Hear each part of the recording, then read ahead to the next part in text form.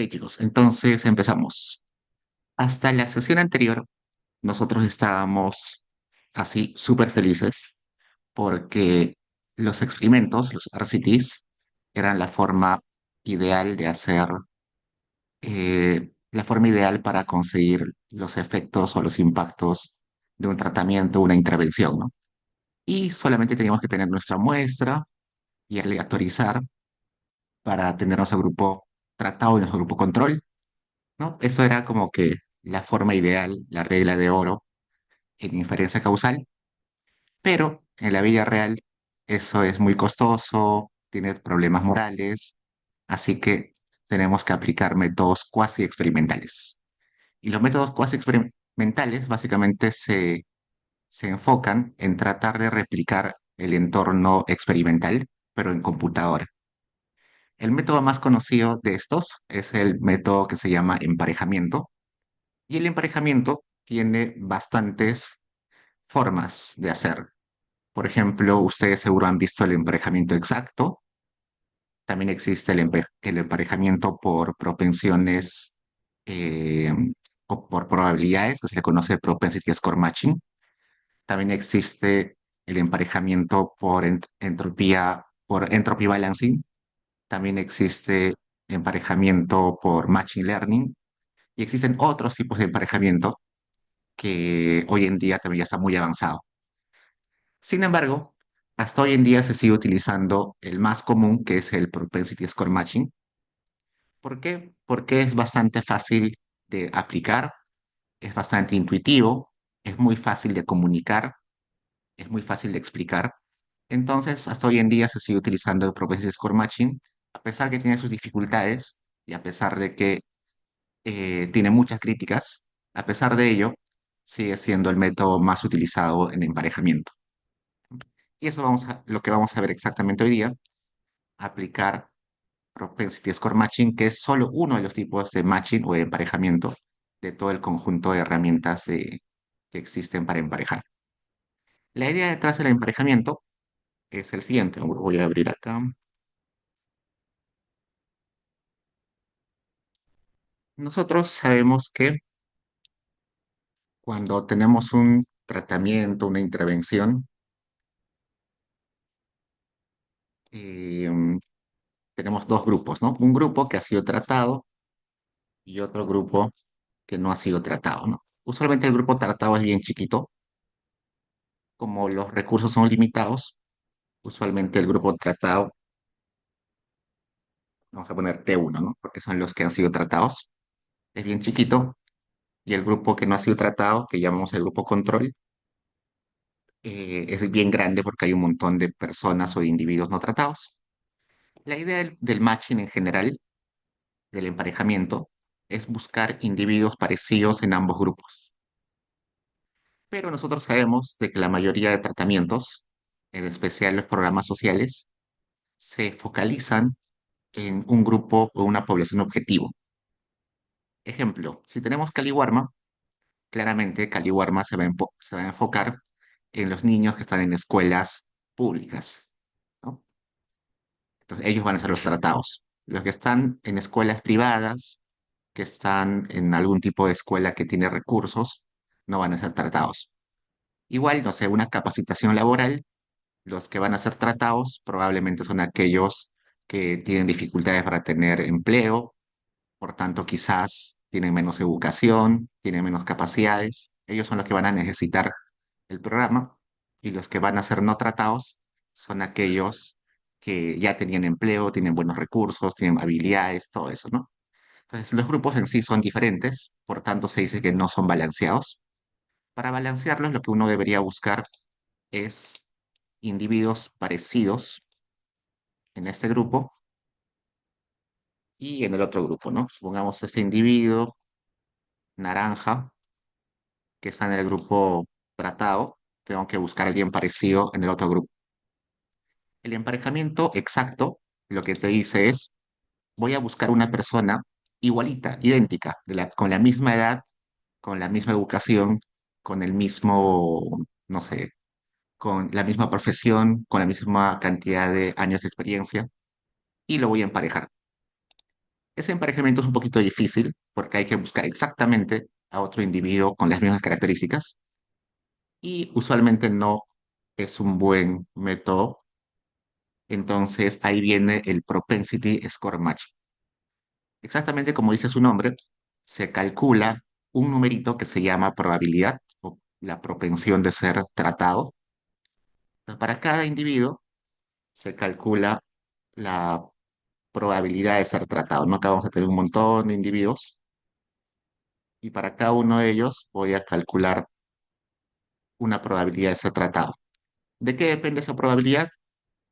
Yo tengo que estudiar el programa social o el tratamiento que estoy investigando. Pues supongamos, si estoy viendo Caliwarma, probablemente si un niño está en la zona pobre, en una región pobre, su probabilidad de tener Caliwarma es 80%. Si, si agarro otro niño que vive, que está en primaria, supongamos, y tiene alguna característica de precariedad, probablemente tiene una probabilidad alta, ¿no? Entonces, hago un modelito donde calcule la probabilidad de ser tratado de cada uno de ellos. Lo normal es que las probabilidades de los individuos que son tratados sean altas, ¿no? 90%, 80%, 70%. Y también en el mismo proceso calculo las probabilidades de los otros individuos. Cada naranja es un individuo. Y si calculo las probabilidades también para esos individuos, probablemente voy a tener probabilidades más chiquitas, ¿no? Como no son tratados, quizás ese tiene 10% de probabilidad de ser tratado, este 5%, quizás por ahí alguien puede tener, no sé, un 60%, ¿no? Pero la mayoría va a ser probabilidades bajas. Exactamente no son tratados porque no tenían características que los hacían propensos a ser tratados. Y así calculo a cada uno de ellos. La idea del matching es agarrar a cada uno de los individuos tratados y buscar en el grupo no tratado a alguien parecido. Este 80% podría buscar, no sé, acá con ese individuo, supongamos que ese individuo por alguna razón tiene una probabilidad de ser tratado de 76%, ¿no? Lo más cercano que encuentro. Entonces, ahí ya tengo un par emparejado y así voy buscando con cada uno de ellos.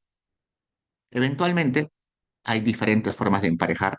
Puedo emparejar uno con uno, puedo emparejar al mismo individuo con otro más, no sé, con este más. Una vez que ha sido seleccionado este individuo no tratado, ya no lo vuelvo a seleccionar. Probablemente puedo poner algún tipo de restricción adicional. Hay diferentes formas que vamos a ver en un rato. Hay la forma con reemplazo, sin reemplazo, con caliper, sin caliper, eh, con pesos calculados con una densidad. Hay un montón de formas. Pero en el fondo, la idea es buscar a individuos parecidos en el otro grupo. Esa es la idea básicamente del propensity score matching.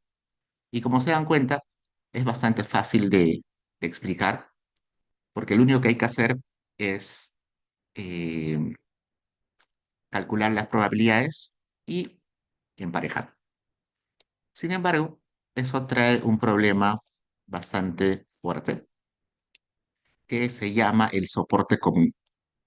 El soporte común lo que te dice es, si yo agarro los individuos que han sido tratados, lo más probable, con casi 100% de seguridad, la mayoría de ellos tienen alta tasa de de ser tratados, ¿no? Esta sería la distribución de probabilidad de los individuos que sí han sido tratados. Esto va a ser de los individuos que sí han sido tratados. T es igual a 1. ¿Por qué está así esa distribución con una joroba hacia un lado? Porque la mayoría tiene altas probabilidades de ser tratado. Y si yo hago la distribución para los que no han sido tratados, probablemente su distribución sea así. Exactamente porque no han sido tratados, su probabilidad de ser tratados es bien baja. Entonces, esa sería la distribución de probabilidad para aquellos que no son tratados. Vamos a ponerle acá. Esa distribución roja es para los que no han sido tratados. Ajá. ¿Y dónde está el problema? El problema es que si yo tengo acá, en este tramo que estoy señalando, voy a poner un cuadrado, a insertar. En este tramo que estoy señalando, hay individuos que han sido tratados, pero no hay individuos que no han sido tratados. Para ese segmento que está en ese cuadro, en ese que estoy sombreando, solamente hay individuos tratados, no hay individuos no tratados. Eso quiere decir que no voy a encontrar individuos no tratados con las mismas características que los que han sido tratados. Por tanto, para este grupo no va a haber contrafactual. Lo mismo, pues, va a suceder al otro lado. En este segmento hay individuos no tratados que no tienen comparables en el grupo de tratados. Eso quiere decir que solamente en esta parte de acá, ¿dónde está? Que en esta parte de acá, donde ambas distribuciones se superponen, voy a encontrar comparables. Ese tramo se llama el soporte común. Entonces, a todos los individuos que van a estar de este lado, fuera del soporte común, no los voy a poder utilizar porque no tienen comparables. Y al otro lado también, los que están en ese tramo, no los voy a poder utilizar porque no hay comparables. Eso quiere decir que voy a tener que eliminar información. Voy a eliminar información de aquellos que no tienen comparables. Y eso es un problema enorme con el Propensity Score Matching porque uno se está volando información, está quitando información de su base de datos. Y vamos a ver luego que hay muchos otros métodos que superan ese problema de Propensity Score Matching, pero que probablemente no entremos en profundidad en este curso. Ya son ya temas más avanzados. Acá Jorge me dice, sí, acá Jorge me pregunta si se puede tomar varios individuos de control para un individuo tratado. Sí, vamos a ver eso en un ratito. Ok, creo que eso es la parte Tengo teórica en general. una Cuéntame, pregunta. Sí, cuéntame, Isabel. es, o sea, el área de soporte común es este como triangulito, ¿no? De adentro. O también es lo de afuera. Bueno, se refiere a toda, a ver, supongamos, ¿dónde está acá quiero poner texto, ¿dónde está texto? Ya. Supongamos que la distribución azul, que es de los tratados, empieza el individuo tratado con menor probabilidad, supongamos que tiene 20% de probabilidades. Esa distribución azul empieza en 20. La menor probabilidad de un individuo tratado es 20%. Y por otro lado, la distribución roja termina en 90%, supongamos. De los individuos no tratados, que son los rojos, el que tiene mayor probabilidad tiene 90% de probabilidad. Ese tramo de 20 a 90% se llama soporte común. Todos los individuos que están entre 20 y 90% es los que pertenecen al soporte común. Ah, ok, Entonces, o voy a sea, por tener, ejemplo, los de arriba de la línea roja también, o sea, los que están en esa línea roja en el 20, que es arribita, sí, o sea, sí, son parte del soporte común. sí, sí, sí, exacto. Ah, ya, ok, me queda más claro, gracias. En este ejemplo que he puesto, voy a tener que eliminar a los que están por debajo de 20% y a los que están por encima del 90%. Ya, chicos, hasta hay preguntas.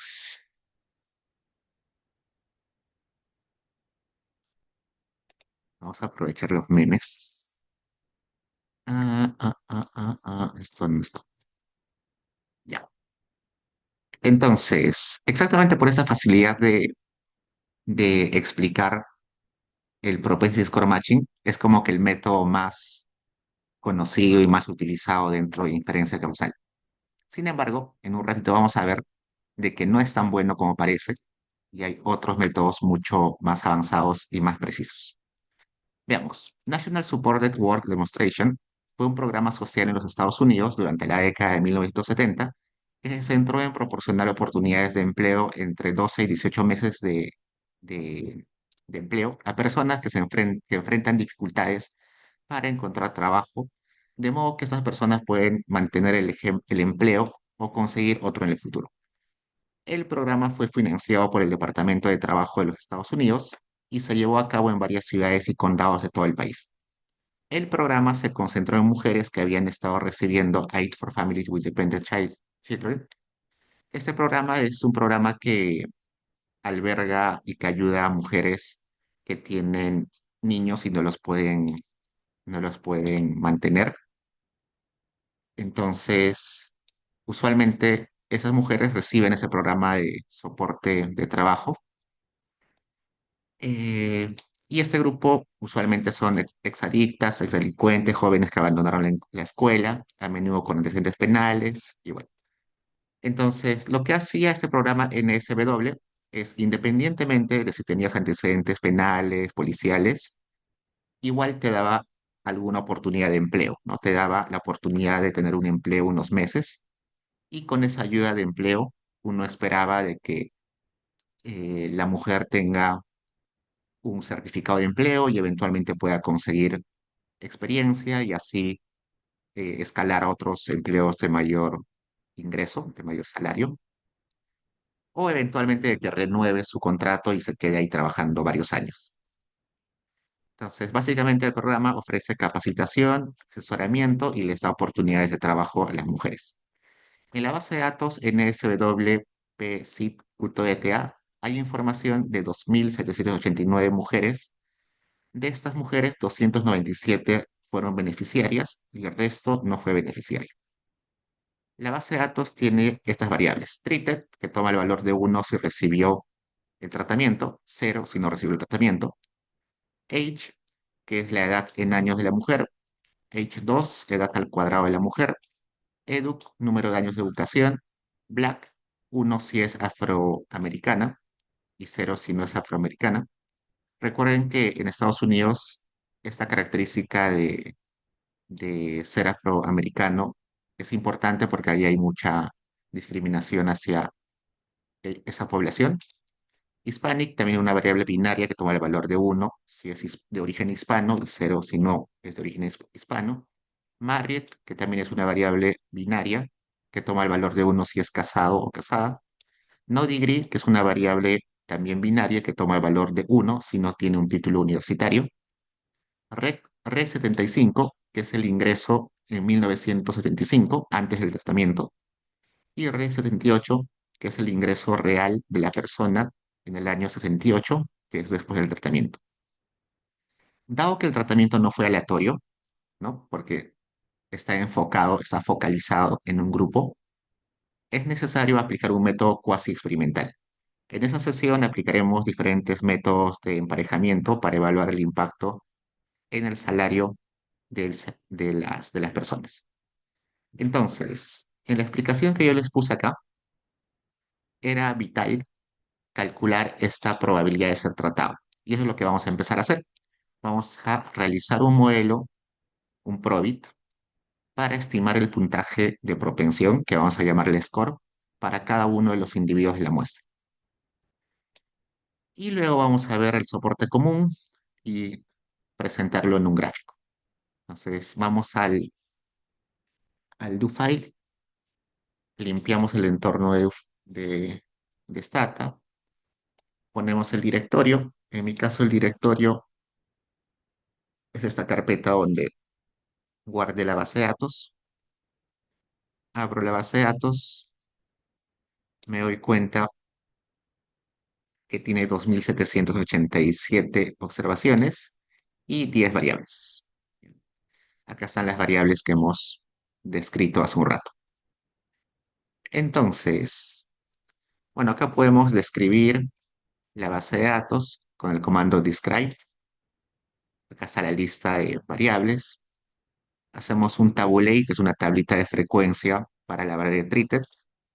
Acá me sale que el 10,66% de la muestra ha sido tratada y el resto no tratada. Y ahora sí, calculemos el Probit. Puede ser Probit, puede ser Logit, cualquiera de los dos está bien. Les pongo Probit y quiero explicar el hecho de que la persona ha sido tratada o no ha sido tratada. ¿De qué dependen esas características? Según este modelo, depende de la edad de la persona, depende si es afroamericano, si es hispano, si está casado, sus años de educación, si tiene título universitario y su ingreso antes del tratamiento. Tiene sentido, sí, ¿no? Sabemos que probablemente aquellas personas que sean muy, muy jóvenes, no tengan experiencia laboral y necesiten acceder a esta capacitación.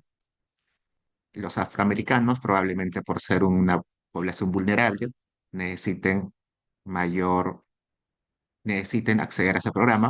Los hispanos quizás también están desfavorecidos. Quizás los que están casados han dejado de trabajar algún tiempo por estar en casa, entonces necesitan apoyo para insertarse al mercado laboral.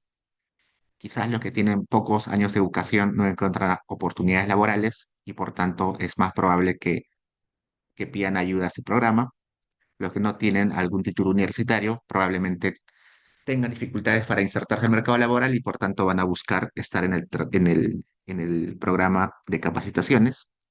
Y los que tenían ingresos bajos antes del tratamiento probablemente busquen ayuda en el programa, ¿no? Los tienen sentido las variables. ¿Esas variables siempre van a ser así? No, depende del programa que ustedes estén estudiando. Si, por ejemplo, están estudiando Caliwarma, tendrían que irse a averiguar cómo funciona Caliwarma. Y en esa búsqueda seguro van a encontrar que Caliwarma depende de un puntaje que se llama el puntaje SISFO, el Sistema de Focalización de Hogares.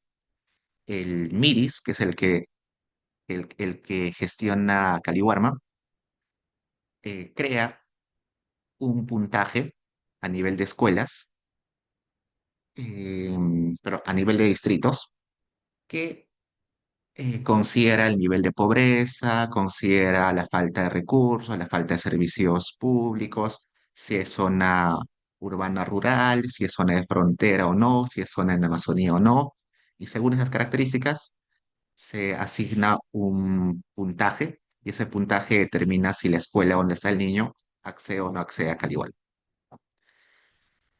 Si ustedes estarían estudiando un programa de una ONG, deberían investigar cómo esa ONG destina o elige a sus beneficiarios y esas variables deberían ser las que utilizan en este PROBIT.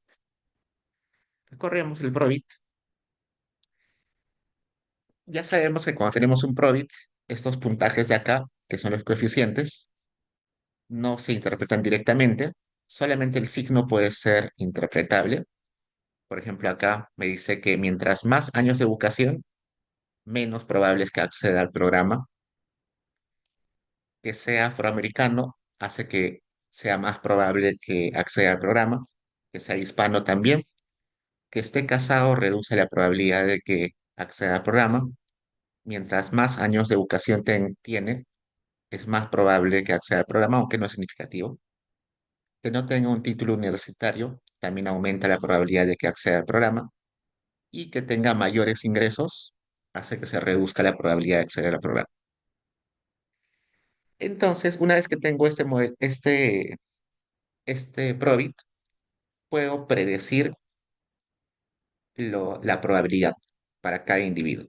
Eso se hace con este comando que es predict, predecir la variable y, es decir, el treated estimado, y que esa información la ponga en una variable nueva que se llame score. Abro la base de datos y acá está ese score. Como se dan cuenta, hay números muy, pero muy chiquitos. Supongamos, voy a acá desactivar esas variables, solo me voy a quedar con estas dos variables. Esta es la variable de tratamiento y esta la probabilidad de ser tratado. Por ejemplo, este individuo 8 no ha sido tratado y su probabilidad de ser tratado era 0,029, bien chiquito, ¿no? Acá hay una persona que sí fue tratada y su probabilidad de ser tratado era 91,23%. Acá hay una persona tratada que su probabilidad de ser tratado era 80%. Entonces así tenemos para cada individuo la información de si fue tratado y su probabilidad de ser tratado. Calcular esa probabilidad es fundamental para este tipo de modelos de propensity score matching. Entonces, ¿se acuerdan que cuando yo hice acá el grafiquito, les puse cuál era el valor mínimo de la probabilidad para los tratados y les puse cuál era el valor máximo de probabilidad para los no tratados? Eso es lo que voy a hacer exactamente ahorita. Acá voy a decir, hazme un summarize solamente para los que fueron tratados y guárdame este numerito de acá, el 0,0013841. Ese valor sería, en este gráfico que les puse, este, ¿no? Que si lo ponemos en porcentaje sería 0,13%.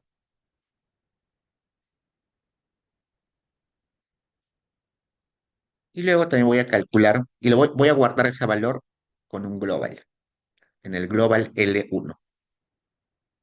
Calculo el summarize para los que no han sido tratados, y este valor máximo, el 91%, lo voy a guardar con el nombre L2. En el gráfico que les puse acá, sería este, ¿no? Que en porcentaje sería 91,72%.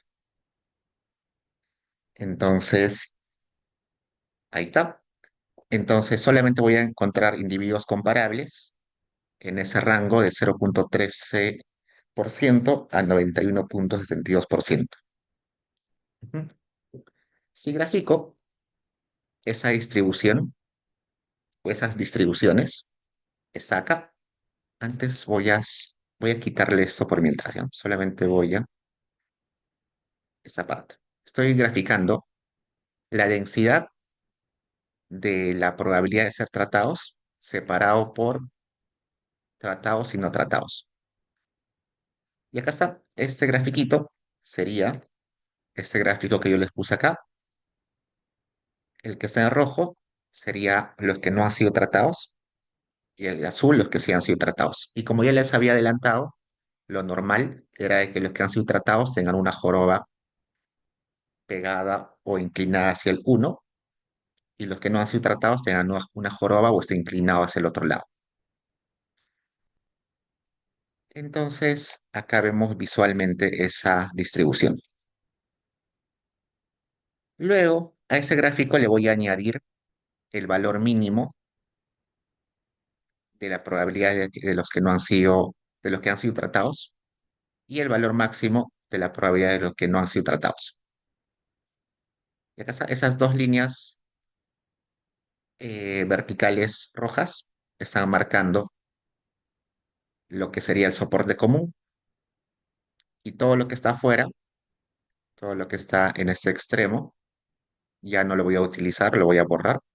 Y a este lado también, todo lo que está a la izquierda de esta línea roja, lo voy a borrar. Listo, hasta ahí, ¿qué más?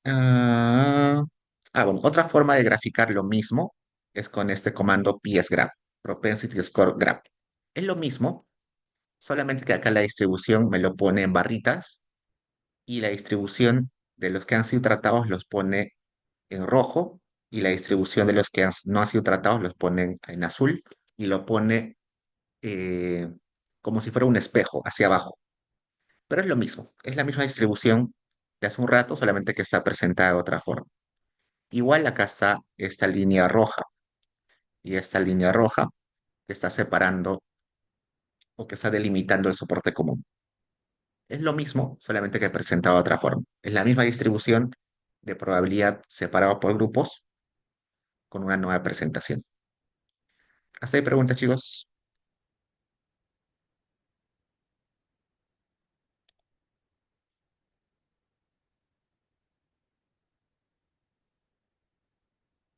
¿Qué más? Bueno.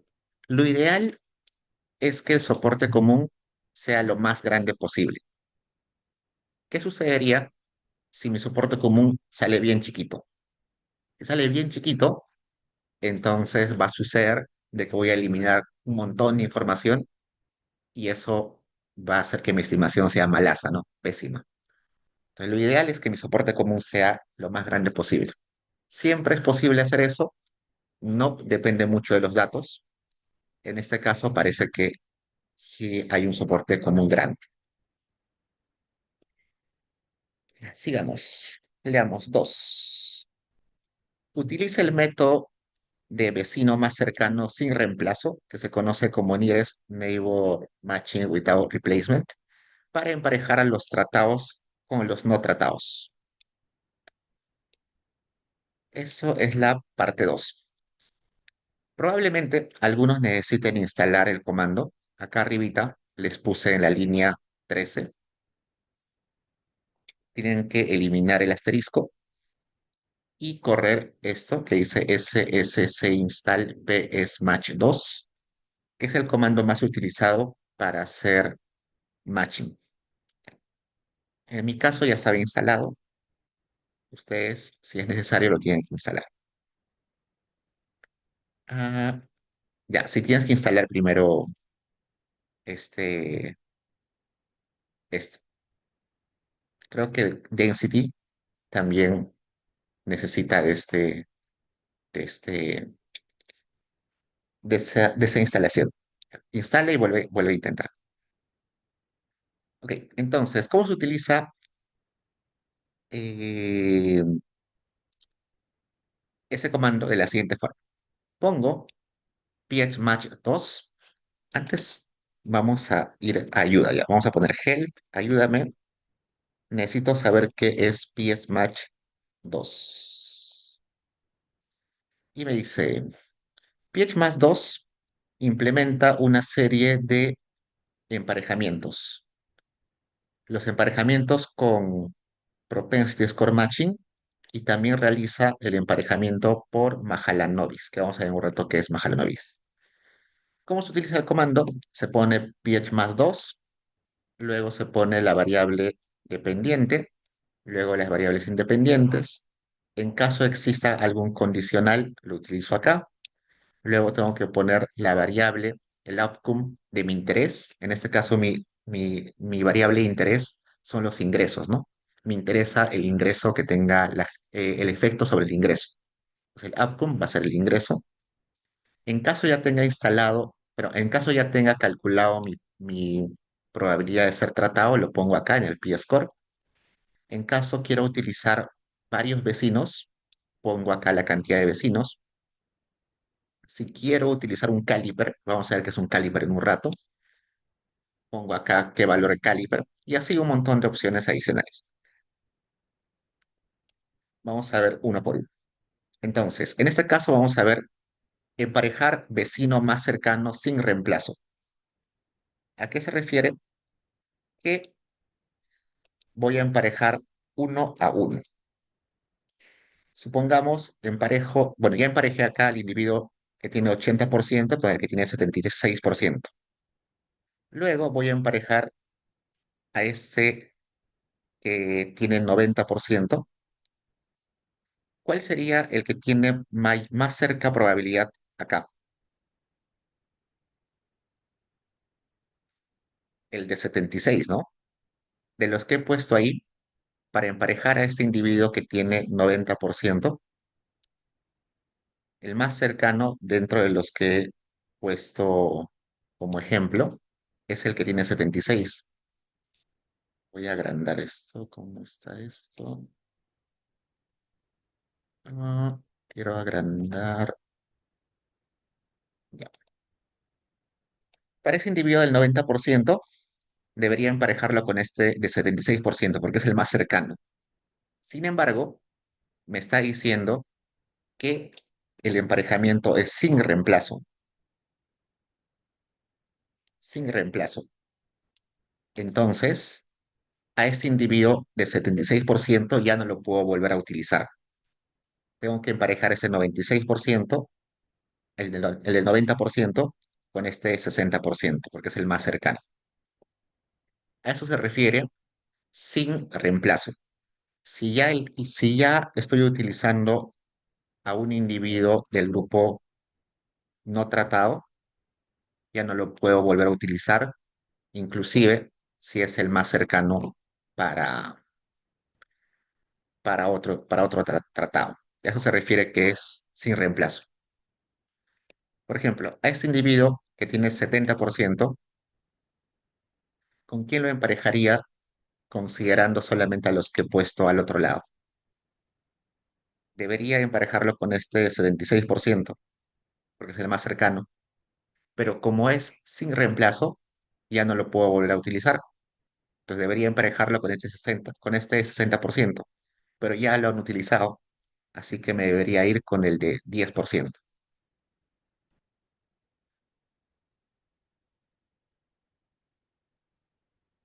A eso se refiere sin reemplazo. Una vez que ya utilicé a un individuo, no lo puedo volver a utilizar. ¿Y cómo defino eso? Acá le voy a poner no replacement, sin reemplazo. Entonces, hago el propensity score matching sin reemplazo. La variable donde se tiene la información de si fue tratado o no fue tratado es treated. La probabilidad de ser tratado está en la variable score y la variable de interés, la que me interesa estudiar, sobre la cual debe haber impacto, es re78. Y corro y acá me salen dos tablitas. Veamos la primera tabla. Está acá. Me sale acá una fila y acá otra fila. Esta primera fila es el resultado sin emparejar, por eso dice unmatched, sin emparejar. Si no se hubiera emparejado, el ingreso de los tratados hubiera sido 5.976, el ingreso de los controles hubiera sido 21.553, la diferencia entre esos montos sería menos 15.557. Entonces, sin hacer el emparejamiento, me sale de que los no tratados, pero que los tratados ganan menos en 15.557 en comparación de los que no han sido tratados. En otras palabras, parece que el tratamiento reduce el ingreso de la gente, ¿no? Esto me está diciendo que los que acceden al tratamiento ganan menos de los que no acceden. Entonces diría que el programa reduce el salario. Eso es porque está sin emparejar. Luego de hacer el emparejamiento, ahora tengo estos resultados. El ingreso promedio de los tratados es el mismo, 5.976, pero ahora, gracias al emparejamiento, el ingreso de los controles es 9.936. La diferencia sería 3.959. De todas formas, sigue siendo negativo. Sigue siendo negativo y por tanto uno diría, entonces el tratamiento reduce el ingreso de las personas en 3.959. Entonces, este tratamiento reduce el salario, raro, ¿no? Y bueno, significativo, ¿no? Recuerden que para ver si es significativo, podría ver el T, el estadístico T. Acá no aparece el p-value, eso es una dificultad del, de- del comando, no aparece el p-value ni aparecen los asteriscos, pero la significancia se puede ver con este T, con este T, con el estadístico T. Si esto en valor absoluto es mayor a 4, vamos a decir que es significativo. Entonces, sí es significativo. Vamos a ver en un rato de que en realidad parece que ese efecto es porque el emparejamiento no es tan bueno, pero hasta el momento, con esta forma de vecino más cercano sin reemplazo, me está diciendo que el tratamiento reduce el salario. Ok, luego de esta parte, me aparece este panel que me dice el soporte común. Me dice que en total mi base de datos tenía 2.787 individuos, de los cuales en el soporte común estaban 297 tratados y 297 no tratados. ¿Cómo veo eso? Cuando abro la base de datos, acá, al final, se ha creado un conjunto de variables. Estas variables que están acá no existían inicialmente. Acá que me aparece si está en el soporte común o no está en el soporte común. Es decir, los que están on support son los que estaban dentro de la distribución. Y luego me aparece acá el peso. Los que tienen valor de 1 son aquellos que finalmente el emparejamiento está utilizando. Todos los que son vacíos son porque no han sido borrados de la estimación. Pueden ser borrados por dos razones, porque no estén en el soporte común o porque no han encontrado en pareja. ¿No? Por ejemplo, en este ejemplo, todos estos de acá no han encontrado pareja, pues también son eliminados. Entonces, todos los que están vacíos acá, en la variable weight, son porque han sido eliminados, sea porque no están en el soporte común o sea porque no han encontrado su pareja. Y acá, en este que dice N1, les da el numerito de quién es su pareja. Por ejemplo, para esta observación 62, su pareja es el número 2231. Acá ustedes pueden buscar el número 2231 y es el que la pareja de ese individuo. Acá, ¿no? Voy a hacer un tabulate. Todos los que tenían peso 1 eran aquellos que habían sido elegidos emparejados, ¿no? Acá me dice 297 tratados están siendo utilizados para la estimación y 297 no tratados están siendo utilizados para la estimación. En total, tengo 5.900, pero 594 individuos. A ver, Diana me dice que repita esto, ¿no? Ya. En este panel, lo que me está dando es cómo sería la estimación sin emparejar y cómo sería la estimación emparejando. Entonces acá me dice, bueno, esta parte de acá, estos dos y estos dos no me interesa mucho, me interesa este que dice difference. Ese difference sería el efecto del tratamiento. En este caso me sale recontra negativo, pero es recontra negativo porque estoy utilizando a todos los individuos sin emparejar. Luego, cuando los emparejo, recién esa diferencia, ese efecto, se vuelve más chiquito, en este caso menos 3.959. Entonces se interpretaría como el tratamiento reduce los ingresos en 3.959. Y ese valor es significativo porque acá el valor del T estadístico es mayor en valor absoluto que 4. Esos serían los errores estándar. que, como hemos visto, nos puede servir para calcular el intervalo de confianza de este beta. Ese sería como el beta, ¿no? Esta diferencia sería el beta. El beta, el efecto del tratamiento. ¿Qué más? Entonces se dan cuenta que mi base de datos tenía 2.787 individuos, pero, pero resulta que una parte de ellos no estaba en el soporte común. Vamos a ver cuántos no estaban en el soporte común. Tab, soporte común, soporte. Bueno, acá me dice que en realidad todos estaban en el soporte común, pero de esos 2.787 individuos, solamente se ha quedado con 594. Ha eliminado a más de 2.000. ¿Por qué los ha eliminado? Porque no había parejas para el resto. Luego, para evaluar si el emparejamiento fue bueno, puedo aplicar este comando que dice, haz un test para ver el balance, la calidad del emparejamiento y preséntame ese balance en una tablita estadística, una tablita de resumen y en un gráfico. Me va a salir un gráfico y una tablita. Ya. Lo más fácil es ver este gráfico. ¿Qué sucede?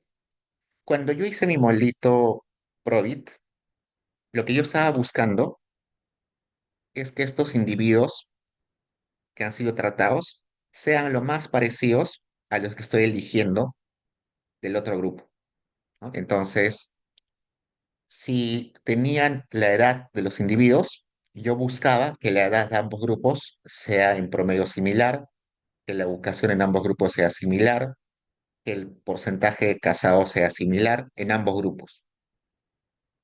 Este puntos negros intensos me está diciendo cuán distintos son grupo tratado y grupo control antes del emparejamiento. Por ejemplo, acá me dice que el porcentaje, este es Black, ¿no? El porcentaje el porcentaje de tratados que eran afroamericanos es mucho mayor al porcentaje de no tratados que eran afroamericanos.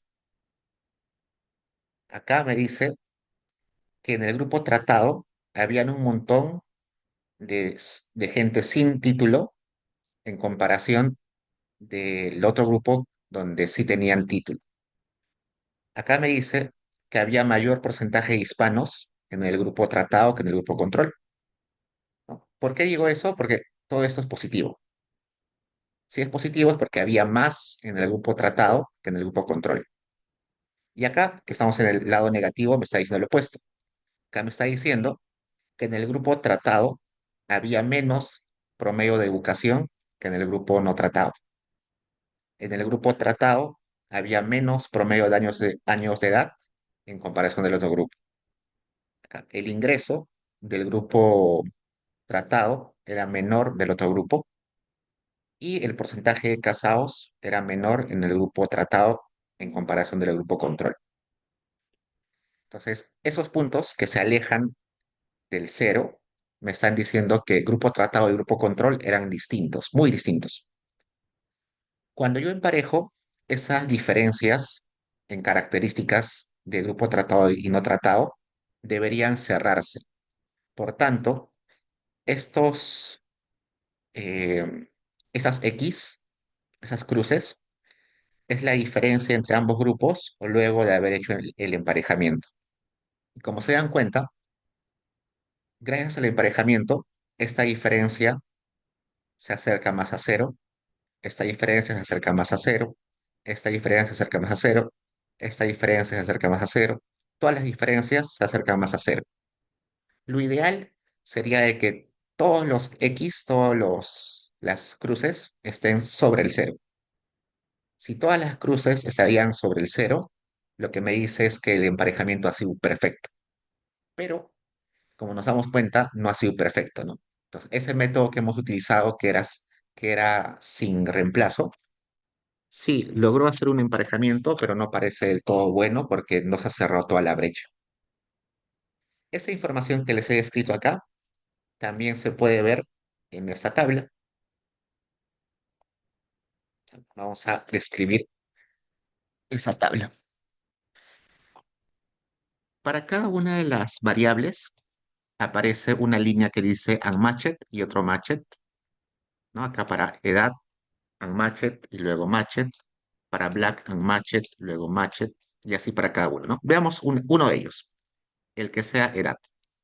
Dice, la edad antes de hacer el emparejamiento resultaba que los tratados tenían 24,62 por 62 años de edad en promedio y los controles tenían 34,85 años de edad. ¿En cuánto se diferencian? Según esto, hay un sesgo de 116,6%. Esa es la diferencia en porcentaje entre esos dos. Luego se pregunta Stata, ¿esa diferencia es una diferencia estadísticamente significativa o es una diferencia solamente por el azar?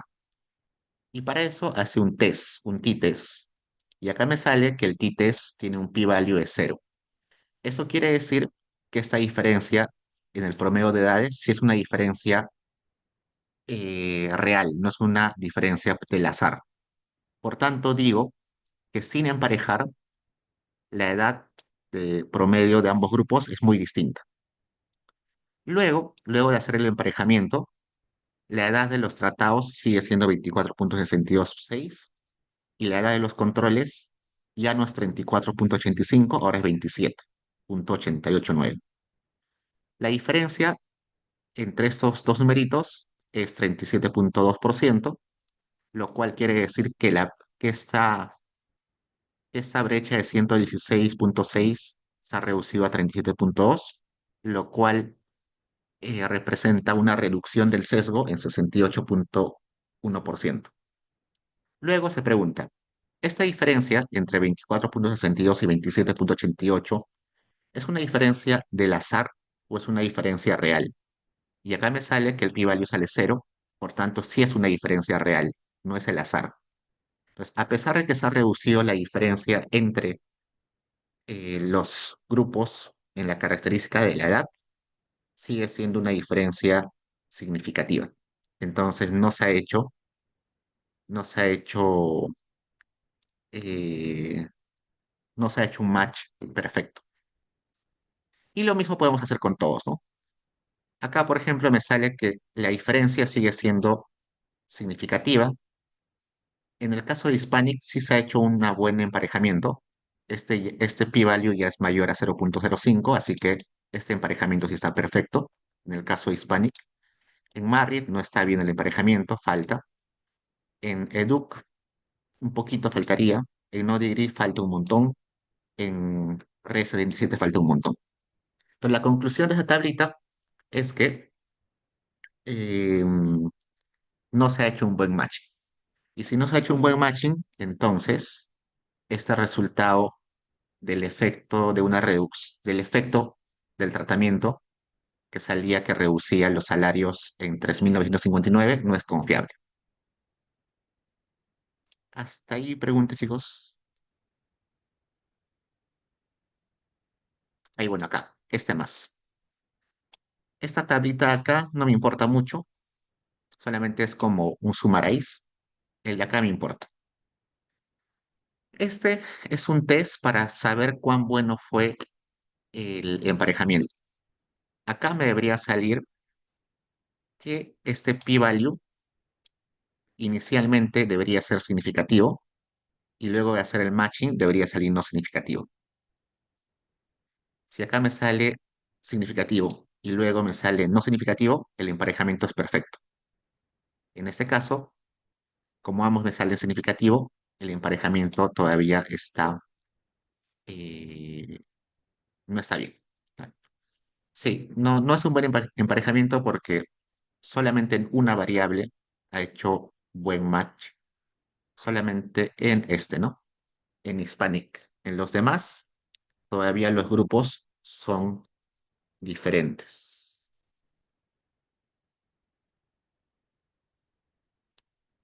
Bien, sigamos. Dice 3. Ahora utilice emparejamiento con reemplazo. A ver, antes de eso hagamos algo más. Ah, sí, debería ser en todas las variables el emparejamiento. Ya, ¿qué más? Acá, antes de pasar a la pregunta 3, vamos a ver qué es el caliper, porque acá les puse la respuesta a la pregunta 2 sin caliper, without caliper, y acá la respuesta a la pregunta 2 pero con caliper. ¿Qué es caliper?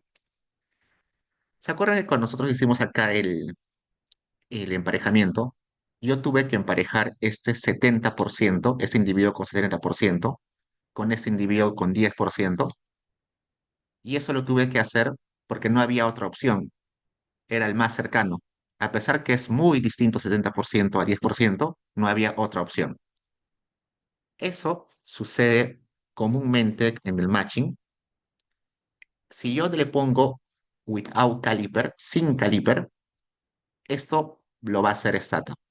Pero si yo le pongo con caliper, vamos a poner acá, ah, con caliper se traduce como calibrado, ¿no? Algo así. Si yo le pongo con caliper, lo que va a suceder es stata me va a preguntar, ¿cuánto de caliper quieres?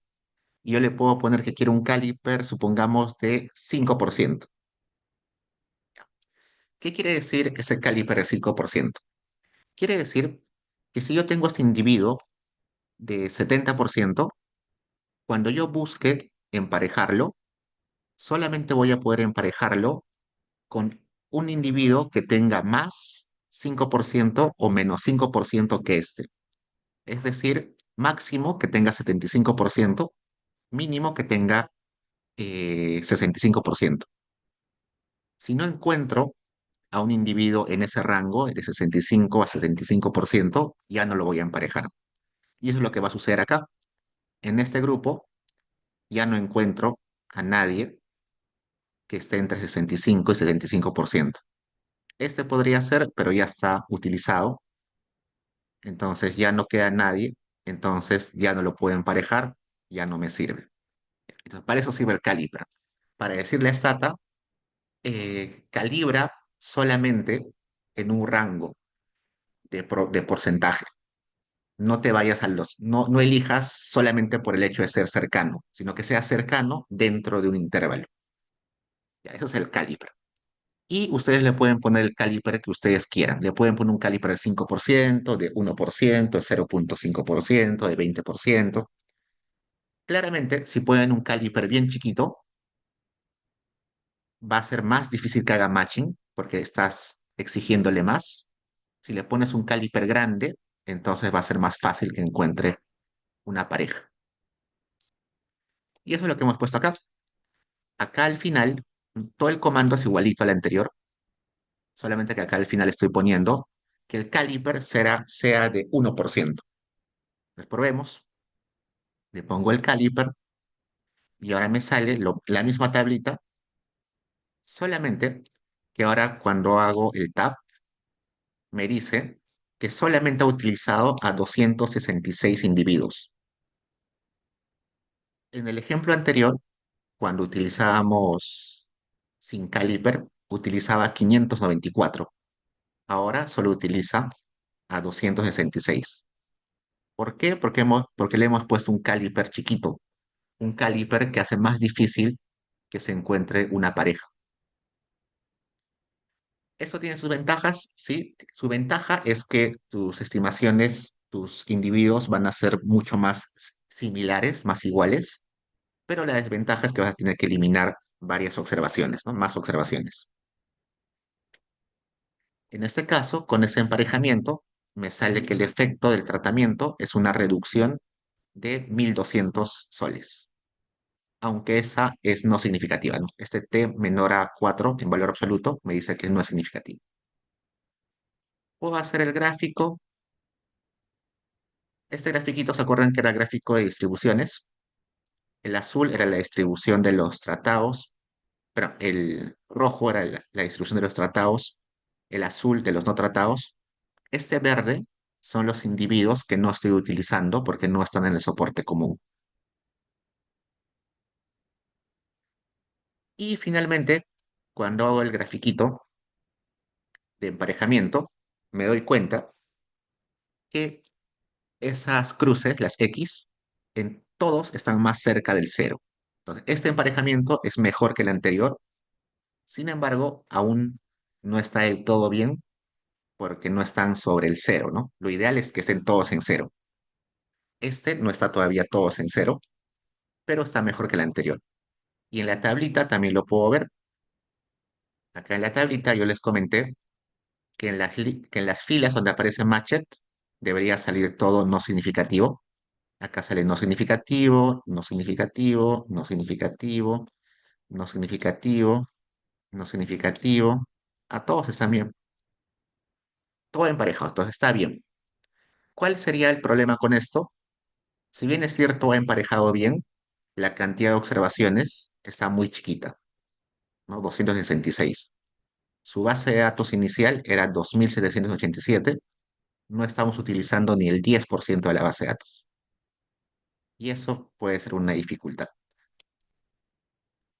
¿Qué más? Ya. Eso sería la pregunta 2, que le hemos partido en sin reemplazo, sin caliper, sin reemplazo, con caliper. Vayamos al 3, que dice, utilice el método de vecino más cercano con reemplazo. ¿Qué quiere decir el con reemplazo?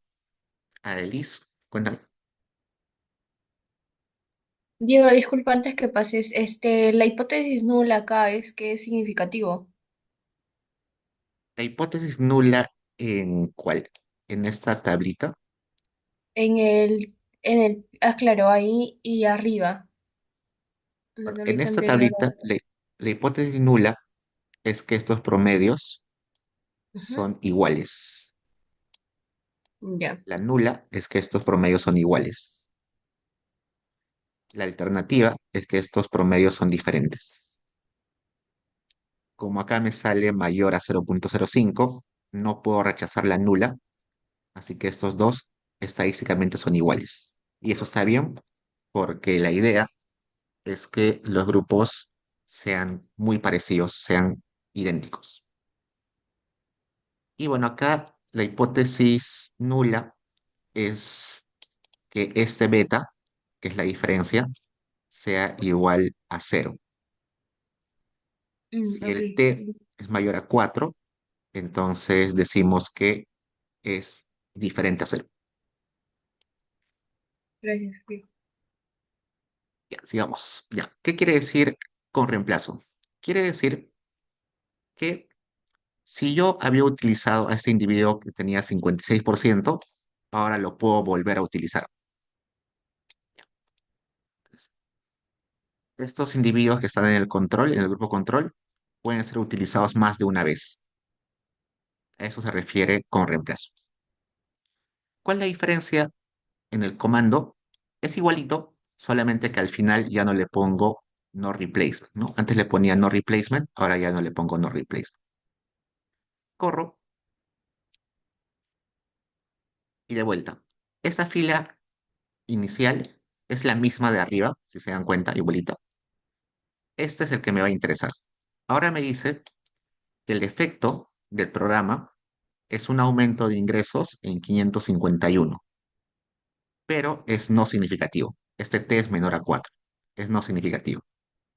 Entonces, según esta estimación, con este emparejamiento, no hay efecto. El efecto es no significativo.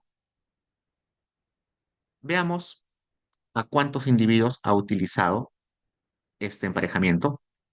Me sale que ha utilizado en total a 416 individuos. ¿Y qué es esta tabla? Esta tabla me dice lo siguiente. Ha utilizado en total a 297 individuos tratados y ha utilizado a 119 individuos no tratados. A 73 de ellos los ha utilizado una sola vez, a 20 de ellos los ha utilizado dos veces A tres de ellos los ha utilizado 8 veces, a tres de ellos los ha utilizado 4 veces, a cuatro de ellos 5 veces, a uno de ellos 6 veces y así sucesivamente. Acá hay un individuo del grupo no tratado que ha sido utilizado 25 veces. Entonces, esa tablita me da la información de a cuántas veces he utilizado los individuos. Si voy a la base de datos y voy hacia el final, acá me sale si el individuo estaba en el soporte común y acá en peso me va a salir también. Este individuo ha sido utilizado una sola vez, este una sola vez, este ha sido utilizado 3 veces, este ha sido utilizado 6 veces. En ese weight aparece el peso, ¿no? ¿Cuántas veces ha sido utilizado? Este ha sido utilizado 11 veces.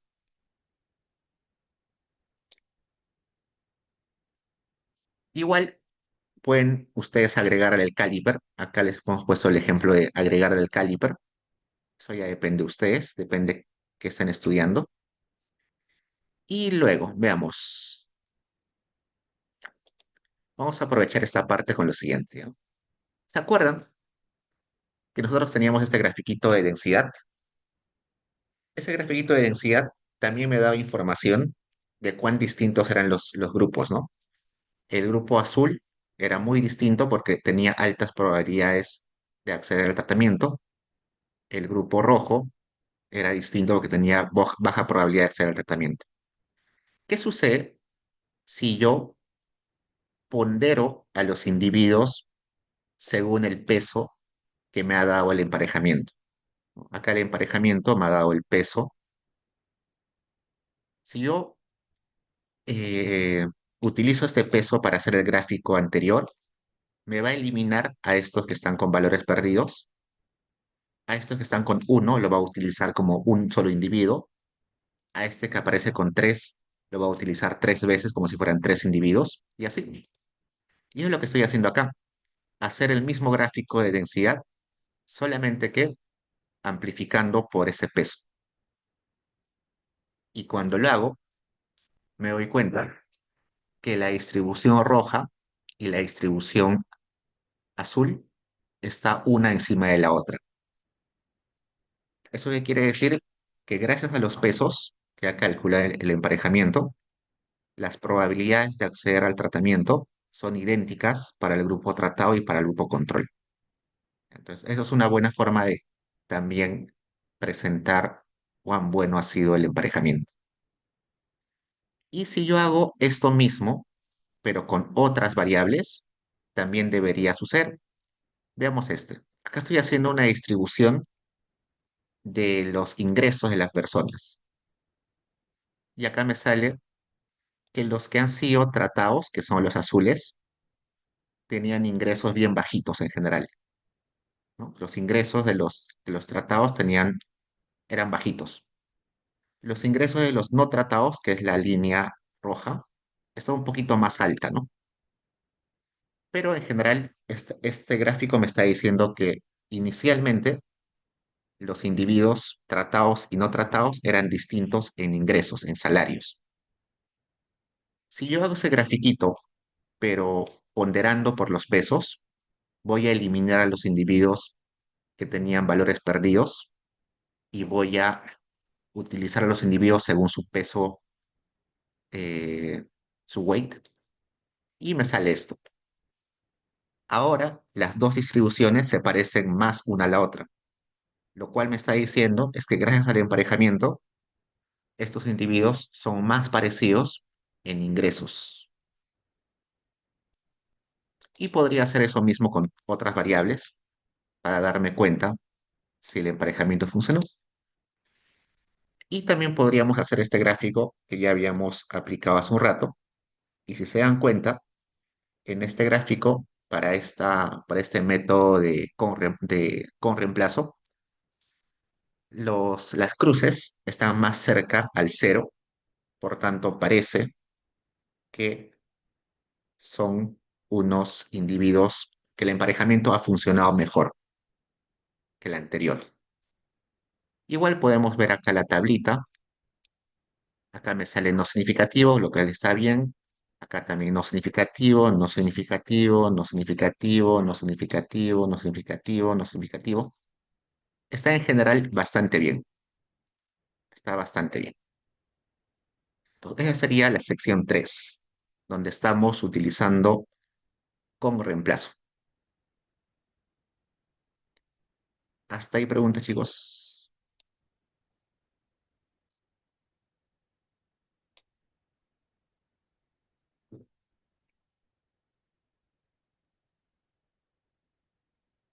4. Utiliza el método de emparejamiento uno a uno, que también se le conoce como vecinos más cercanos. ¿Qué sucede? Resulta que cuando yo emparejo, en todos los modelos o en todas las técnicas anteriores, yo emparejaba uno a uno, ¿no? Ahora puedo emparejar con varios vecinos. Por ejemplo, este que tiene 90% lo puedo emparejar con ese y también con este. Entonces, para un individuo tratado, puedo tener varios no tratados.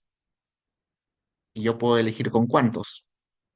Acá, por ejemplo, puedo tener con 3, o con 4, con 5, con 10, con 20. ¿Por qué eso es mejor?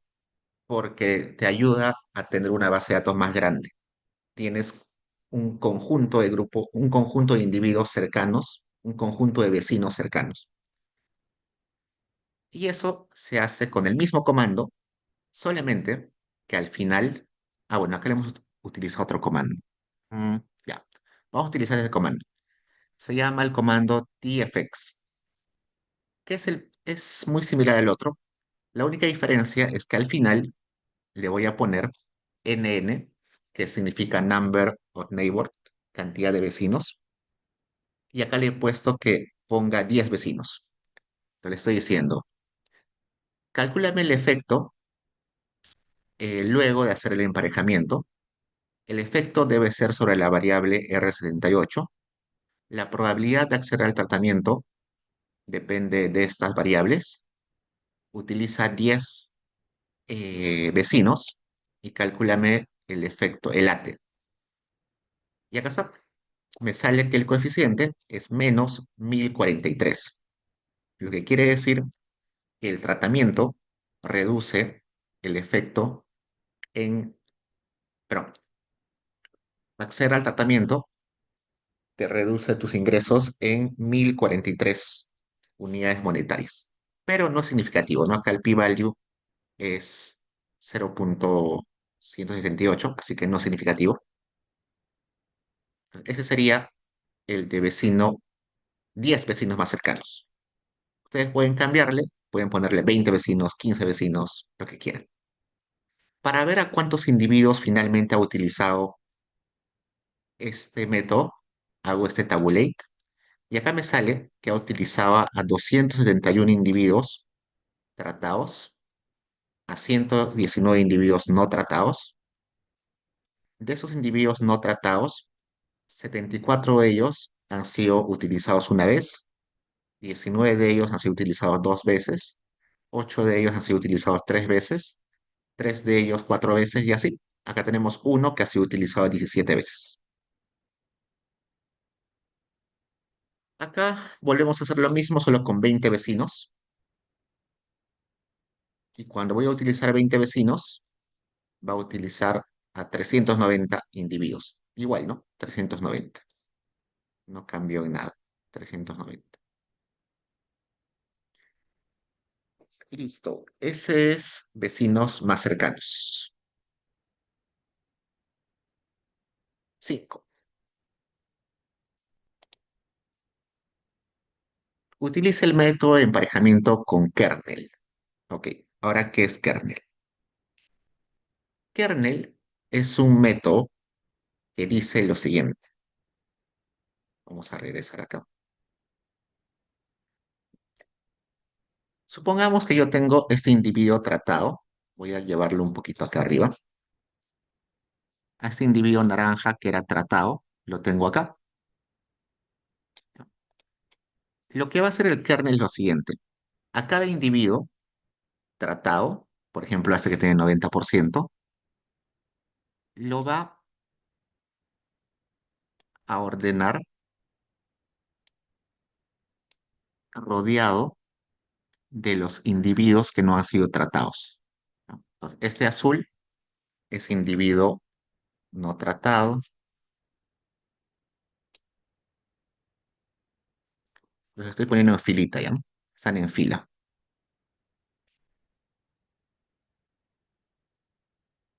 El de 90% es el tratado. Los azules son los no tratados, los posibles emparejados. Y supongamos que los estoy ordenando en orden ascendente. Ya supongamos que el primer individuo tiene 20% de ser tratado, el segundo un 30%, el tercero un 40%, el de acá tiene un 95%, el de acá un 96%, el que sigue un 97%, el que sigue un 99%. Voy a achicar esto. Cada uno de esos azules tiene esa probabilidad de ser tratado. Vamos a ponerlo así. Este es más alejado porque tiene 20% y el 20% es lejos del 90%. ¿Sí? Este que tenga un 89%. Es un ejemplo más, ¿no? Este de acá tiene 89. Este de acá tiene 96. Este 97, ese 99 y ese 99,1%. Eso es lo que hace el kernel es eso. Agarra a diferentes individuos no tratados y los pone alrededor. ¿Qué hace? A los individuos que están lejos, por ejemplo a este, le va a dar un peso distinto a este y a este. En otras palabras, este individuo con 90% va a ser emparejado con todos los demás, solamente que le va a asignar un peso distinto a cada uno de ellos. Mientras más cerca esté, por ejemplo, este de acá y este de acá, se le va a asignar un peso alto. ¿Por qué se le asigna un peso alto? Porque está muy cerca, es muy parecido al 90%. Este que está acá, estos que están acá, que están lejos, también los va a utilizar, pero les va a dar un peso bien chiquito porque están lejos. Entonces, lo que hace el kernel es asigna pesos dependiendo de cuán lejos o cuán cerca estés del individuo tratado.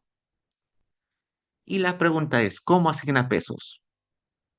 Esos pesos se asignan según algún tipo de distribución kernel. En particular, los que se utilizan son la distribución uniforme, la distribución triangular, la distribución Epanechikov y creo que las tres únicas. Pero se puede hacer con otras más. Pero el comando que utilizamos nosotros utiliza esas tres. Veamos, por ejemplo, el que es el triángulo.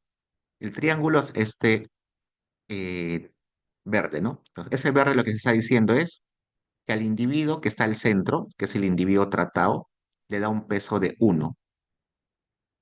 Mientras más te alejes de ese individuo tratado que está al medio, tu peso se acerca a cero. Igual, si utilizas ahora una distribución kernel Epanechikov, que es el azul, al individuo que está en el centro le da un peso de 0,7 y un poquito más. Y mientras más te alejas de ese individuo que está en el centro, te asigna un peso que cada vez se acerca a cero. ¿Ya? Entonces, eso es la idea de un kernel. Utiliza a todos los individuos, pero le asigna pesos dependiendo de cuán cerca o cuán lejos estés de ese individuo tratado. Y se aplica de la misma forma, solamente que acá al final se le pone kernel y luego de ponerle kernel le tienes que poner qué tipo de qué tipo de distribución vas a utilizar. Match 2. Acá te dice que puedes utilizar, vamos a bajar un poquito, puedes utilizar, ¿dónde está? Por acá debe decir kernel, kernel, acá está. Kernel, kernel, ¿qué tipos de kernel puedes utilizar? Vamos a buscar. Acá. Los tipos de kernel que uno puede utilizar es el normal, el Epanechikov, el uniforme, el tricúbico y el B-weight. Son simplemente la forma en la cual va a asignar los pesos. Por ejemplo, la uniforme, lo que está diciendo es que le da el mismo peso, este naranja o este rojo es el uniforme, ¿no? Le está dando el mismo peso a todos. Eso no creo que sea muy conveniente, ¿no? Darle peso a todos, el mismo peso a todos. Creo que lo más conveniente sería un triangular, por ejemplo, que le dé un montón de peso al que esté cerca y luego reduzca el peso si te alejas del individuo. Eso, ¿qué más? Ah, y bueno, acá. Además hay una opción que se llama el bandwidth, que se le conoce como el ancho de banda, que lo que te dice es cuán preciso quieres que sea tu emparejamiento, muy parecido al caliper. Acá está donde está bandwidth. Bandwidth. Corremos, por ejemplo, acá vamos a hacer la estimación con el kernel Novik. Y cuando yo abro mi base de datos, antes había una variable nueva que se creaba con el nombre de weight, y esa variable weight que se creaba en las secciones anteriores tenía valores de uno 2 3 valores enteros, ¿no? Porque te decía que es la cantidad de vecinos, la cantidad de emparejamientos que tiene. Ahora esos pesos no son enteros, sino los pesos son en fracciones o en decimales, ¿no? ¿Por qué? Porque como la definición de kernel es que asigna un peso dependiendo de cuán lejos o cuán cerca estés del punto central, pues te va asignando pesos de esa forma, en decimales. Eso es interesante. Este kernel creo que es el único método dentro de este conjunto que no necesita de un soporte común, no necesita eliminar variables, eliminar observaciones. Si se dan cuenta, le pone peso a todos. En los casos anteriores, en este weight habían valores perdidos. Los valores perdidos lo que te decía era que eran individuos que ya no se utilizaban, se eliminaban. El kernel va a utilizar a todos, pero si el individuo ya es muy distinto, le va a dar un peso cercano a cero, ¿no? Acá hay varios pesos cercanos a ceros. No los elimina, pero le da pesos cercanos a cero. En este caso, acá me sale que el efecto sigue siendo negativo, pero no significativo. Acá estoy probando con una distribución normal. Me sigue saliendo que es negativo el efecto, pero sigue siendo no significativo. Acá estoy probando con otro bandwidth. Me sigue saliendo que es negativo y no significativo. Con todas las pruebas que estoy haciendo, cambiando el bandwidth, cambiando el kernel, me sigue saliendo negativo, pero no significativo. Listo. Hasta la sección 5, todos los que hemos visto son propensity score matchings. Ahora vamos a ver uno que se llama el Mahalanobich, que ya no es parte del propensity score matching, pero es muy parecido. ¿Qué sucede? El Mahalanobich lo que hace es lo siguiente. Vamos a poner acá. El Mahalanobich lo que hace es lo siguiente. Vamos a poner mejor acá.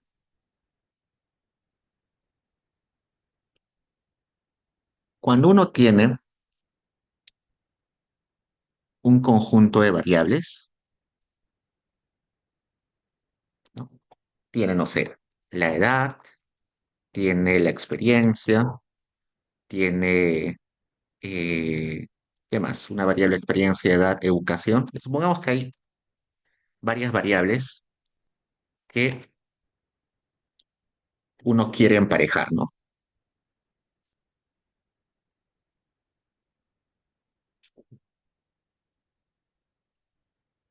A ver, quería hacer una matriz, pero no me salió. A ver, acá tengo una matriz con las características sobre las cuales quiero que los individuos sean comparables. Edad, experiencia y educación. Ya, es una matriz, ¿no?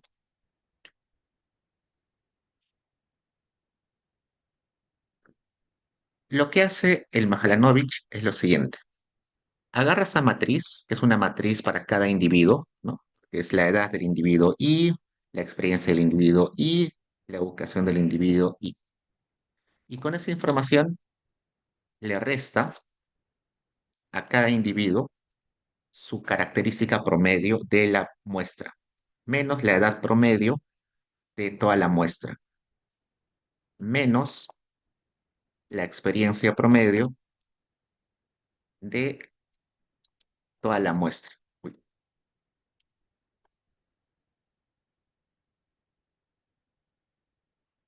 le resta la experiencia promedio de toda la muestra. Luego, a la educación de cada individuo le resta la experiencia promedio de toda la muestra. ¿Por qué hace eso? Porque lo que está diciendo es cuán distinto es ese individuo respecto al promedio de todos los demás. Cuán distinto es ese individuo en experiencia respecto a todos los demás. Cuán distinto es ese individuo en educación respecto a los demás. Esa es educación. Ok, entonces, ¿qué hace con eso? Lo que va a hacer es lo siguiente. Esa matriz es una matriz eh, que debería tener el tamaño bastante grande, ¿no? Porque son n individuos con una cantidad de características. Va a multiplicar estas matrices. Lo va a elevar al cuadrado. Pero como no se puede elevar al cuadrado en, en, en matrices, lo que se hace es se multiplica por la transpuesta. ¿Se acuerdan que multiplicar por la transpuesta es una forma de elevar al cuadrado? Es el equivalente de elevar al cuadrado en matrices. Y luego lo voy a multiplicar por una matriz de varianzas y covarianzas. Vamos a ver acá. ¿Dónde está el simbolito? Vamos a ponerle este, ya no encuentro el otro. Este gamma va a ser la matriz de varianzas y covarianzas de todas las características del individuo, de todos los individuos de la muestra. ¿Por qué?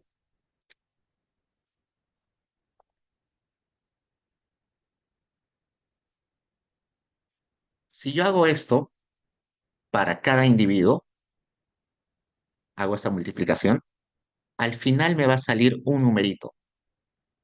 Ese numerito se le conoce como la distancia de Mahalanobis. Ese numerito lo que está diciendo es cuán distinto es en general, en todas las características, este individuo en comparación del resto de individuos. ¿Ya? Se dan cuenta, ¿no? Acá lo que estoy haciendo es una matriz de cuán distinto es en edad, en experiencia, en educación el individuo respecto a los demás. Estas diferencias pueden salir positivas, negativas, pero al elevarlo al cuadrado con la matriz de transpuesta, lo que estoy haciendo es convertirlo todo a positivo. Y esa multiplicación o ese número elevado al cuadrado va a salir positivo, pero puede salir un número chiquito, un número grande, para estandarizarlo entre 0 y 1 lo voy a multiplicar por este valor, que debería ser la inversa de la matriz de varianzas y covarianzas. ¿Para qué hago eso? Para que todo este numerito me salga un número entre 0 y 1, y si sale 0, quiere decir que este individuo es un individuo promedio. Si sale 1, es un individuo totalmente distinto a todos los demás. Entonces, mientras más cercano a 1 es el número, es un individuo muy atípico. Mientras más cercano a 0 es el numerito, el individuo es más similar al promedio. Esta se llama la distancia de Mahalanobis. Y resulta que si yo tengo la distancia para cada individuo, entonces puedo emparejar a los individuos ya no por el propensity score matching, sino puedo emparejarlos según esta distancia de Mahalanobis. Y eso es lo que hace este comando que está acá. El Mahalanobis hace eso, es decir, ya no utiliza la propensión o la probabilidad de ser tratado, sino utiliza la distancia Mahalanobis, que es un numerito que te dice cuán distinto es ese individuo en comparación al resto de individuos de la muestra. Ah, acá me pregunta ya. José, Ah, buenas noches. Tengo una duda súper rápida. Entonces, ¿qué era el pi? Perdón, era mi única duda. El dime, pi a la dime, menos uno. ¿el qué? No, el pi a la menos. No sé si es un pi, ese pinche a la Ah, menos uno. este es la matriz de varianzas y covarianzas de las características del individuo. A ver, ustedes recuerdan que cuando tenían eh, mm, cuando tenía la correlación de dos variables, bueno, la covarianza de dos variables, no sé, de X y Y, esa covarianza les podía salir un número negativo, un número positivo, podía salir un número chiquito, un número gigante, ¿no? Pero cuando ustedes dividían esa covarianza entre la varianza de X por la varianza de Y,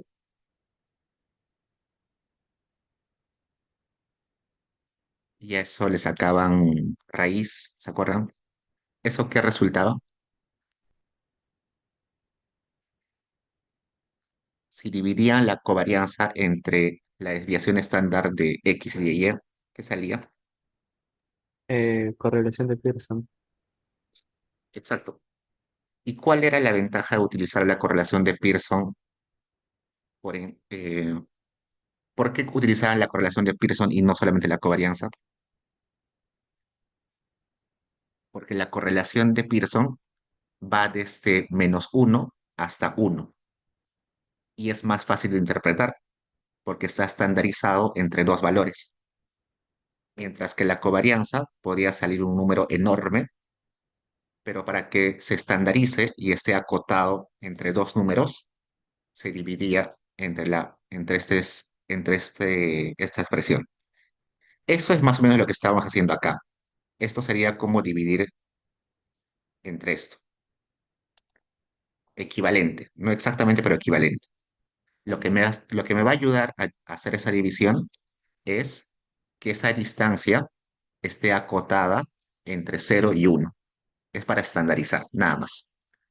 Y al estandarizar, mientras para estandarizar, esa distancia es mayor a 0, mayor o igual a 0 o menor o igual a 1, lo cual me va a ayudar a encontrar, a decir, si es 0, porque el individuo es un individuo promedio, y si es 1, es un individuo que es muy distinto a todos los demás.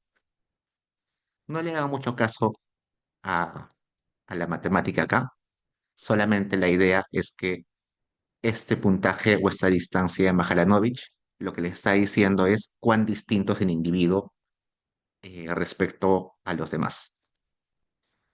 Entonces el emparejamiento ya no se hace en base a la probabilidad de acceder al tratamiento, sino el emparejamiento se hace según la distancia Mahalanobis.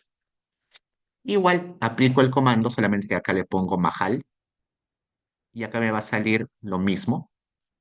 Acá me importa este beta que me dice que el tratamiento ha reducido los ingresos en menos 1103, aunque no es significativo. Y puedo probar otras especificaciones. Puedo ver el matching. Y acá se dan cuenta que estas cruces ya están casi todas encima del cero, ¿no? Este emparejamiento parece mucho mejor, mucho, pero mucho mejor balanceado, porque los X están sobre cero casi todo. Solamente educación falta un poquito, ¿no? Pero ya está casi todo. Hemos ido mejorando el emparejamiento. ¿Qué más? En la parte 7 me pide que ponga toda esta información en una tabla. Ya, todo esto que está acá, no le hagan caso. Todo esto que está acá, que estoy seleccionando, es lo mismo que hemos hecho arriba, solamente que está ordenándolo para que aparezca en una sola tabla. Por eso le puse este query. El query es para que corra todo esto de forma silenciosa. Todo esto es solamente para que lo junte todo en una tablita. Entonces acá está juntando todos los resultados anteriores en una tabla. Y lo que me interesa evaluar es cómo cambió el efecto del tratamiento según diferentes métodos. Este primer método era sin emparejar, sin el matching. Este era el sin reemplazo con caliper. Este sin reemplazo, bueno, este era sin caliper y sin reemplazo. Este con caliper sin reemplazo. Este con reemplazo. Este con 10 vecinos más cercanos, si no me recuerdo. Este uno de los kernels y este el Mahalanobich. Como se dan cuenta, varían un montón, ¿no? Entonces, dependiendo de qué tipo de emparejamiento utilice, la, la estimación cambia un montón.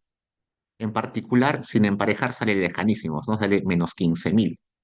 Luego se va reduciendo a 4.000, a 1.200, acá se vuelve positivo, acá 800 en negativo, 900 en negativo, 1.000 en negativo. Si me doy cuenta en el p-value, solamente en estos dos casos iniciales salía significativo, en todos los demás salía no significativo. Otra cosa que me puedo fijar es en esto, en la cantidad de observaciones que se utilizó en cada una de las estimaciones. Cuando utilicé sin reemplazo con caliper, pero sin reemplazo sin caliper, utilicé 594 observaciones. Cuando utilicé sin reemplazo con caliper, se ha reducido a 266 observaciones. Cuando hice con reemplazo, aumentó a 390 observaciones utilizadas. Cuando utilicé 10 vecinos cercanos, subió a 864. Cuando utilicé kernel, utilizó a todos los individuos. Cuando utilicé Mahalanobich, utilizó solo 410.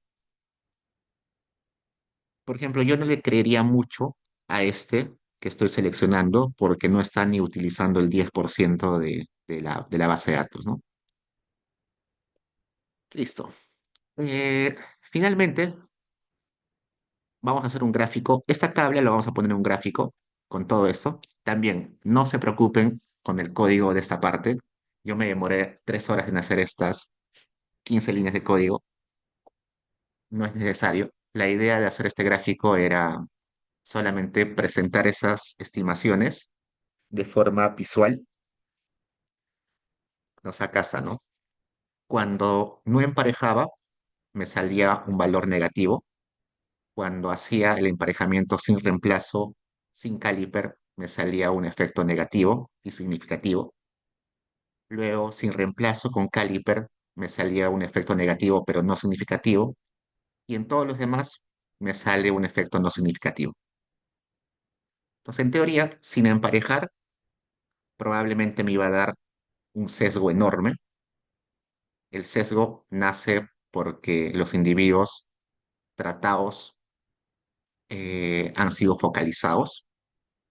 Inicialmente son muy distintos de los que no han sido tratados. Mientras mejoro el emparejamiento, esa estimación que parecía un efecto negativo se va cerrando y finalmente, bajo diferentes métodos, llego a la conclusión de que ese programa no tiene efectos significativos de ninguna forma, ¿no?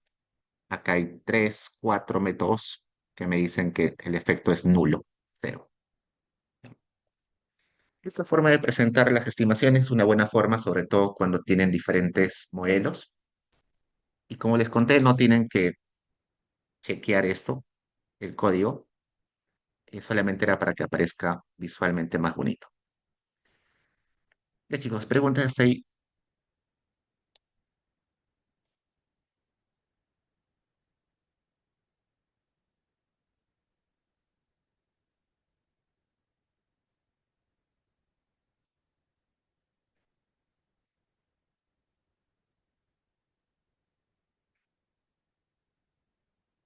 Me quedan 2 minutos. Y vamos a aprovechar 2 minutos para esto. ¿Cuál es el problema con el matching? En general, con todos los métodos de emparejamiento. Resulta de que el emparejamiento solamente se hace con variables observables. Y las variables observables pueden ser engañosas por múltiples razones. Un ejemplo es lo que ven en la pizarra o en la pantalla. Ambas personas, bueno, ahora ya no es el príncipe Carlos, sino es el rey Carlos, tienen características idénticas con este cantante, creo que es de música metálica.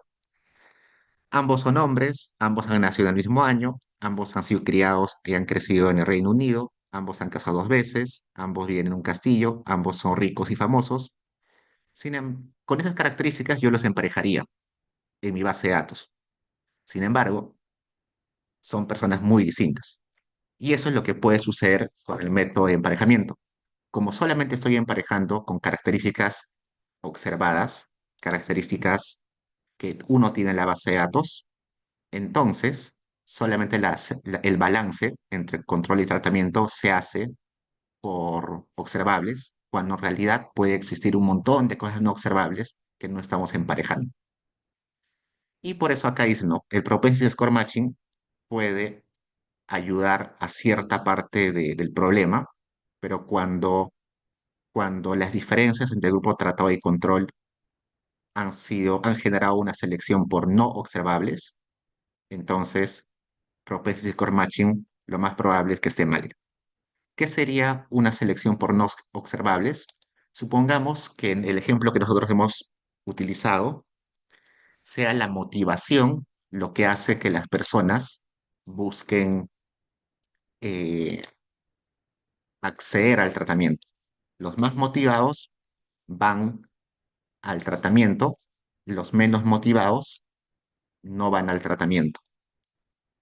La motivación no es observable y por tanto la motivación no está en la base de datos y no puedo incluir esa motivación en mi probit para calcular mi probabilidad de ser tratado. Y por tanto, si sucede así, que la selección sea por no observables, probablemente mi estimación esté mal. Entonces hay que tener mucho cuidado con el probability score matching, porque si bien es cierto, es un método muy fácil de aplicar, que es muy intuitivo y que casi siempre se puede aplicar cuando los demás métodos fallan, cuando regresión discontinua falla, cuando variables instrumentales no se puede aplicar o falla, cuando control sintético no se puede aplicar o falla. Cuando los demás métodos no funcionan, los investigadores suelen irse por matching, porque es el método que siempre funciona eh, y siempre te va a dar algún resultado. Pero el problema es que utiliza solamente variables observables para el balanceo y eso puede ser totalmente erróneo. ¿Qué chicos? ¿Tienen preguntas? Claro, el modelo sería ideal si la selección solo es en observables, pero hay que justificar eso teóricamente, ¿no?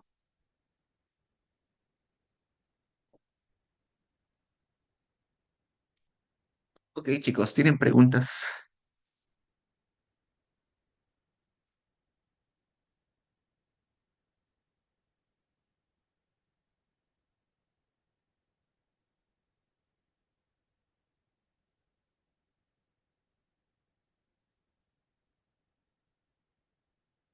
Pregunta sobre la PC. Ah, bueno, si les dije la semana anterior que los temas que entran sería eh, los que hemos visto en estas últimas sesiones, ¿no? Que eran, a ver,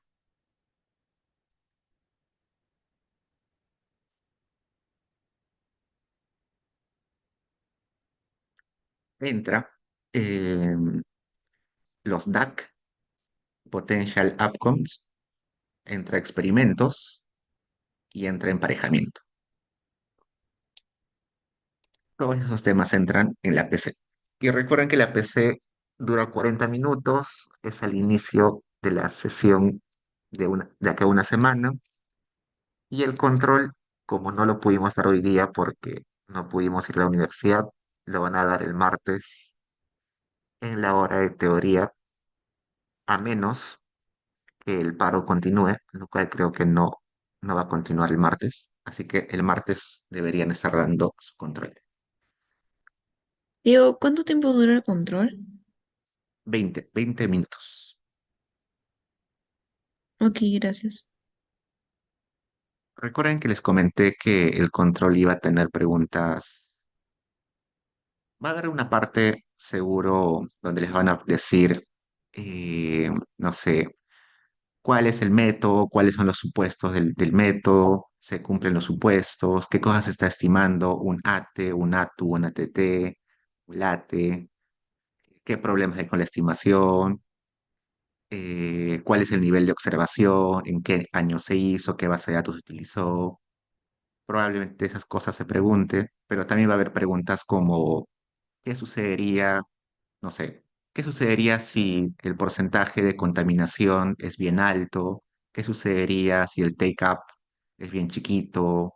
¿Qué sucedería si no funciona la aleatorización? No sé, como que como supuestos problemas que podrían surgir en el estudio, ¿no?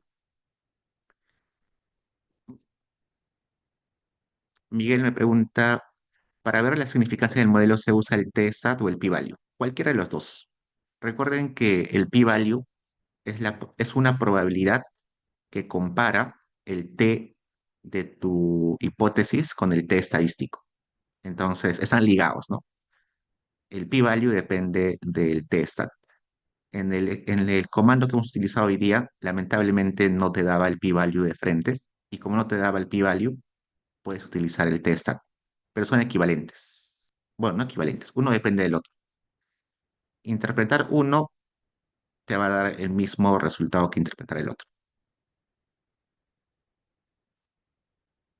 Solo que el p-value Diego, es significativo cuando es menor a 0,05 y el t es significativo cuando es mayor a 4. Cuéntame, sí, una pregunta. El control, o sea, todas las preguntas van a ser para escribir, no para marcar. depende. A ver, voy a dejar de grabar.